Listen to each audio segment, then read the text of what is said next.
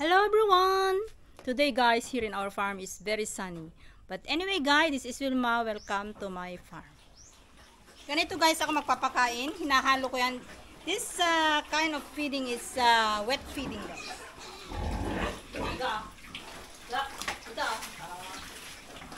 Yeah.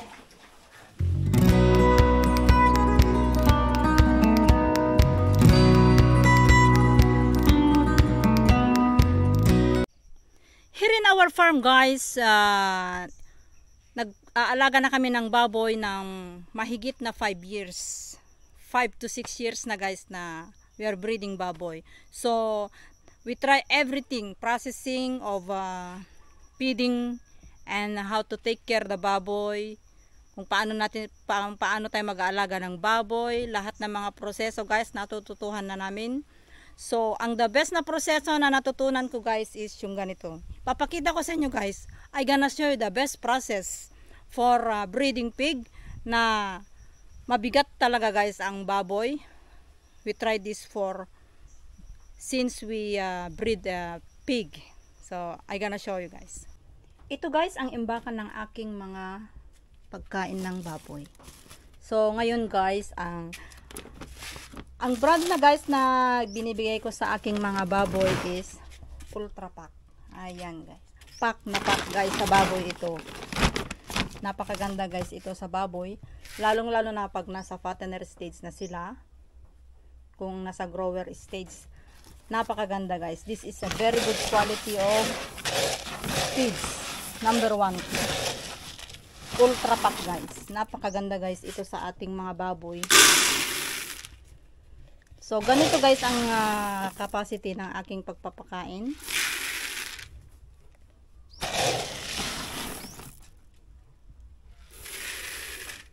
At ang ganda na, the smell is very nice.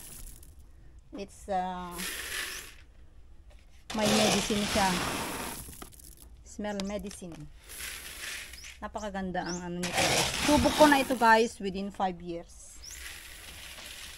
Kasi ngayon guys ay maghahalo na ako ng darak. Ito yung darak. Ayan.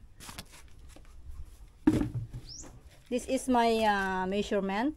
1 Ultra Pack, small bucket, and 1 rice bran. So, andito na ako guys sa aming piggery. And these are my fatteners. Ayan sila guys. Ito yung unang biik na na-produce namin noon. Ayan ay guys, ay mag-performance na sila. So, I gonna show you guys the way of feeding for them para mabilis silang lumaki. Alam nyo guys, every time we sell our fattener 5 months old since birth, umaabot sila guys ng 100 kilo. So, I gonna show you the process how to feed our fattener.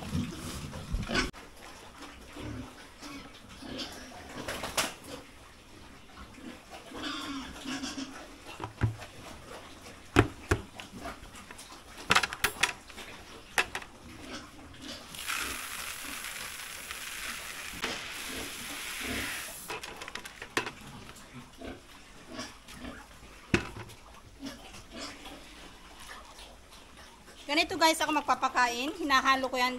This kind of feeding is wet feeding guys.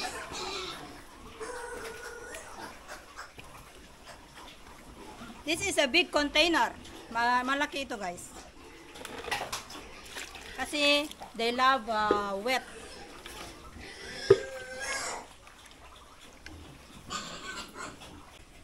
So ayan na guys, ready na. 50-50 guys, 50% feeds at 50% na rice bran.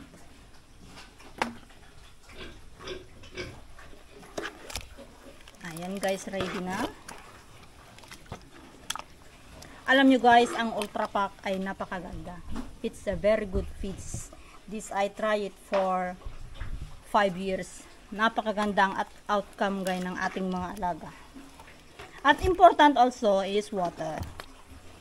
Importante sa mga baboy guys is water. And feeding properly, they will grow faster.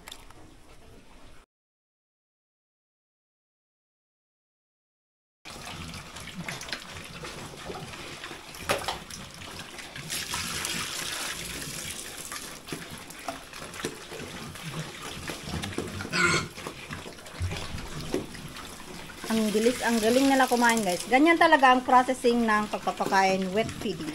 Meron din yung dry feeding, pero I prefer wet feeding. Kasi, na-try ko na ito guys. I tried this for how many years. At yung klase ng feeds na ipapakain natin ay maganda rin ang quality.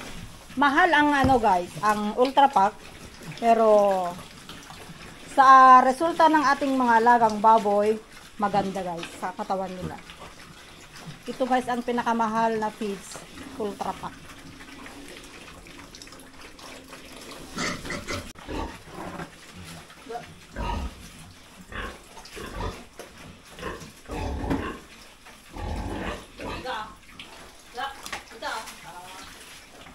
Yeah.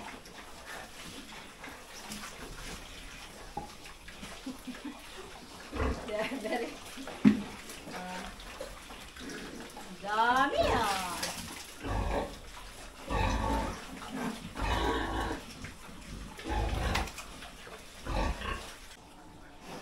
At ito na rin guys yung buntis naming baboy. Ayan, manganganak yan guys sa last week ng November, this month.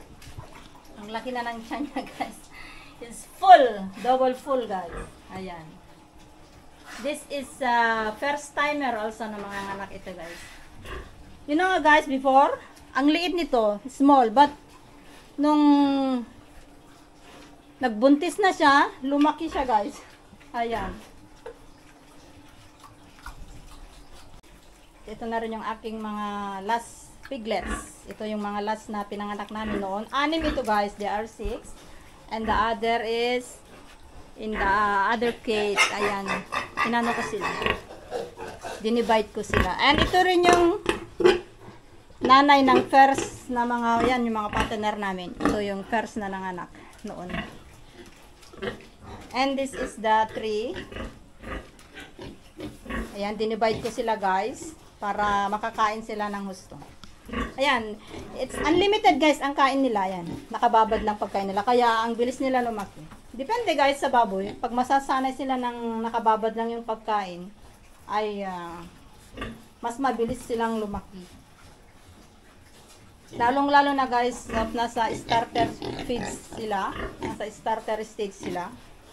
Maganda pag naka-unlimited ang kanilang pagkain. Pero, once they reach to grower stage, pag nag-grower na kayo, 3 times a day ang pagpapakain. O, di ba guys, ang ganda. Ganyan guys ang process ng aking pagpapakain sa aking mga baboy. Kaya lumalaki sila guys ng tama. At na sulit namin guys ang mga gastos namin.